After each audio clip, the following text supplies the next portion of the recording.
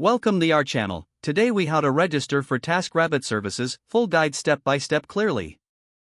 Start by visiting the TaskRabbit website. Once on the home page, look for the sign up button located in the top right corner.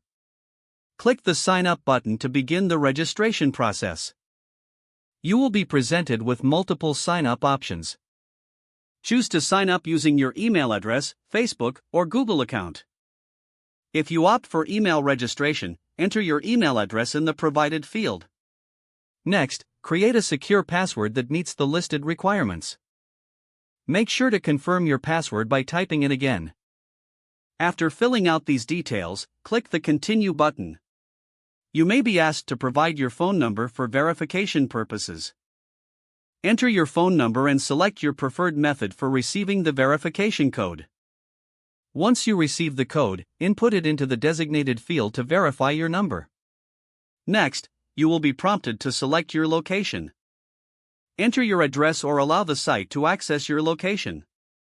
Once your location is set, you may need to answer a few questions about the services you want to offer or need.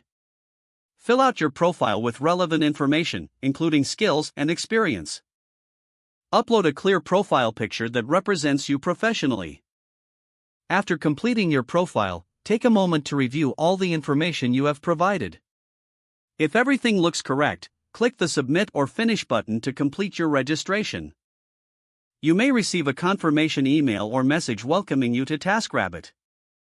Follow any additional instructions in the confirmation message to finalize your registration. Now you are ready to start exploring and using TaskRabbit services. If the page does not load, refresh the browser or try again in a private or incognito window. Make sure you are using the correct email address, then retype it carefully to avoid small typos. If your password is not accepted, use the reset option and create a new strong password you can remember.